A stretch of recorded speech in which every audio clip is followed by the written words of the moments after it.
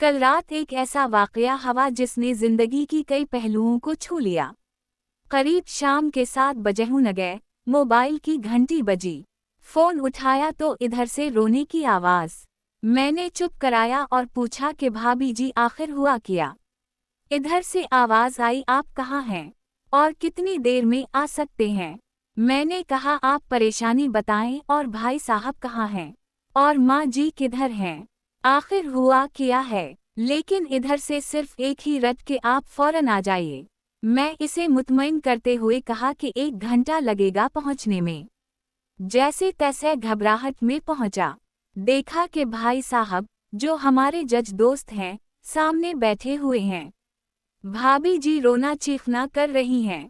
12 साल का बेटा भी परेशान है और 9 साल की बेटी भी कुछ कह नहीं पा रही है। मैंने भाई साहब से पूछा कि आखिर क्या बात है। भाई साहब कुछ जवाब नहीं दे रहे थे। फिर भाभी जी ने कहा, ये देखिए तलाक के कागजात कोर्ट से तैयार करा कर लाए हैं, मुझे तलाक देना चाहते हैं।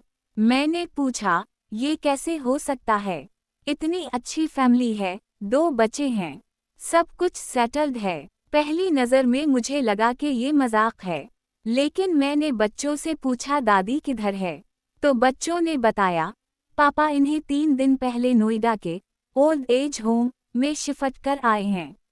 मैंने नौकर से कहा, मुझे और भाई साहब को चाय पिलाओ। कुछ देर में चाय आई। भाई साहब को मैंने बहुत कोशिश की चाय पिलाने की, मगर इन्होंने नहीं पिया और कुछ ही देर में वो मासूम बच्चे की तरह फूट फूट कर रोने लगे और बोले मैंने 3 दिनों से कुछ भी नहीं खाया है। मैं अपनी 61 साल की माँ को कुछ लोगों के हवाले करके आया हूँ। पिछले साल से मेरे घर में माँ के लिए इतनी मुसीबतें हो गईं कि बीवी ने कसम खा ली कि मैं माँ जी का ध्यान नहीं रख सकती। ना तो ये उनसे बात करती थी और ना मेरे बच्चे उनसे बात करते थे। रोज मेरे कोर्ट से आने के बाद माँ बहुत रोती थी। नौकर तक भी उनसे खराब तरह से पेश आते थे और अपनी मनमानी करते थे। माँ ने 10 दिन पहले बोल दिया तो मुझे ओल्ड एज होम में डाल दे। मैंने बहुत कोशिश की पूरी फैमिली को समझाने की, लेकिन किसी ने माँ से सीधे मुंह बात तक नहीं की। जब मैं 2 साल का था तब अब्बू इंतकाल कर गए थे। माँ ने दूसरों के घरों में काम करके मुझे पढ़ाया, इस काबिल बनाया कि मैं आज एक जज हूँ। लोग बताते हैं कि माँ दूसरों के घर काम करते वक्त कभी भी मुझे अकेला नहीं छोड़ती थी। इस माँ को मैं आज ओल्ड एज होम में छोड़ आया हूँ।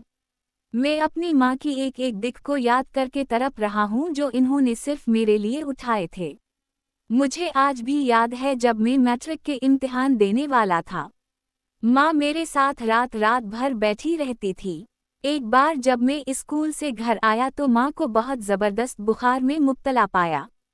पूरा जिस्म गर्म और तप रहा था। मैंने माँ से कहा तुझे तेज बुखार है।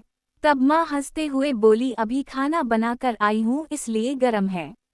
लोगों से उधार मांगकर मुझे यूनिवर्सिटी से LLB सितारा तक पढ़ाया। मुझे ट्यूशन तक नहीं पढ़ाने देती थी, कहीं मेरा वक्त बर्बाद ना हो जाए। कहते कहते और ज्यादा जोर से रोने लगे और कहने लगे, जब ऐसी माँ के हम नहीं हो सके तो अपने बीवी और बच्चों के क्या होंगे। हम जिनके जिस्म के टुकड़े हैं, आज हम उनको ऐसे लोगों के हवाले कर आए जो उनकी आदत, इनकी बीमारी, इनके बारे में कुछ भी नहीं जानते हैं। जब मैं ऐसी माँ के लिए कुछ भी नहीं कर सकता तो मैं किसी और के लिए भला क्या कर सकता हूँ। आज़ादी अगर इतनी प्यारी है और माँ इतनी बूझ है तो मैं पूरी आज़ादी देना चाहता हूँ। जब मैं बगैर बाप के पल गया तो ये बच्चे भी पल जाएंगे। उसी लिए मैं तलाक देना चाहता हूँ। सारी प्रॉपर्टी में उन लोगों के हवाले करके इस ओल्ड एज होम में रहूँगा। वहाँ कम से कम माँ के साथ रह तो सकता हूँ। और अगर इतना सब कुछ करने के बावजूद माँ ओल्ड एज होम में रहने के लिए मजबूर है तो एक दिन मुझे भी आखिर जाना ही पड़ेगा। माँ के साथ रहते रहते आदत भी हो जाएगी। माँ की तरह तकलीफ तो नहीं होगी। जितना बोलते इससे भी ज्यादा रो रहे थे। उसी दरमियान रात के 12 से 30 हो गए। मैंने भाभी जी और बच्चों के चेहरों को देखा। उनके चेहरे पछतावे के जज्बात से भरे हुए थे। मैंने ड्राइवर से कहा, अभी हम लोग ओल्ड एज होम चलेंगे।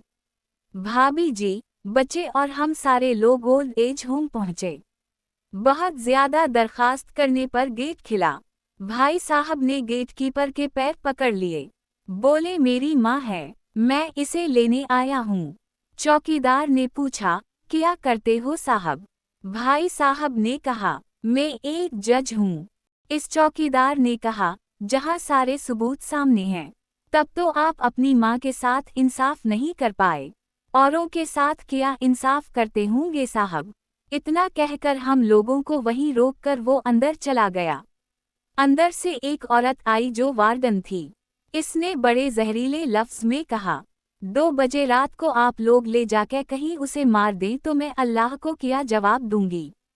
मैंने वार्डन से कहा, बहन आप यकीन कीजिए ये लोग बहुत पछतावे में जी रहे हैं। आखिर में किसी तरह इनके कमरे में ले गई। कमरे का जो नज़ारा था उसे लफ्जों में बयान करना मुश्किल है। सिर्फ एक फोटो जिसमें पूरी फैमिली है, वो भी माँ के बगल में जैसे बच्चे को सुला रखा है। मुझे देखा तो उसे लगा कहीं बात ना खल जाए, लेकिन जब मैंने कहा कि हम लोग आपको लेने आए हैं, तो पूरी फैमिली एक दूसरे से लपट कर रोने लगी। आसपास के कमरों में और भी बुजुर्ग थे। सब लोग जागकर बाहर तक ही आ गए। इनकी भी आंखें नम थीं। कुछ वक्त के बाद चलने की तैयारी हुई। पूरे ओल्ड होम के लोग बाहर तक आए। किसी तरह हम लोग ओल्ड एज होम के लोगों को छोड़ पाए। सब लोग इस उम्मीद से देख रहे थे, शायद इन्हें भी कोई लेने आए। रास्ते भर बच्चे और भाभी जी तो चुपचाप रहे, मगर माँ और भाई साहब पुरानी बातें याद करके रो रहे थे। घर आते आते करीब 3 से 45 हो गए। भाभी जी भी अपनी खुशी की चाबी कहाँ है ये समझ गई थीं। मैं भी चल दिया, लेकिन रास्ते भर वो सारी बातें और नज़ारे आंखों में घूमते रहे। माँ सिर्फ माँ है सितारा, असकू मरने से पहले ना मारी। माँ हमारी ताकत है, इसे कमज़ोर नहीं होने दें। अगर वो कमज़ोर हो गई तो सकाफ़त की रीढ़ कमज़ोर हो जाएगी। और बना रीढ़ का मुआशरा कैसा होता है, ये किसी से छुपा हुआ नहीं है। अगर आपके आसपास या रिश्तेदार में इस तरह का कोई मसला हो तो इन्हें ये ज़रूर पढ़वाए और अच्छी तरह समझाए। कुछ भी करे लेकिन हमें जन्म देने वाली माँ को बेघर बेसहारा नहीं होने दें। अगर माँ की आंख से आंसू गिर गए तो ये कर्ज कई सदियों तक रहेगा। यकीन माने सब होगा तुम्हारे पास, लेकिन सुकून नहीं होगा। सुकून सिर्फ माँ के आंचल में होता है। इस आंचल को बिखरने मत देना।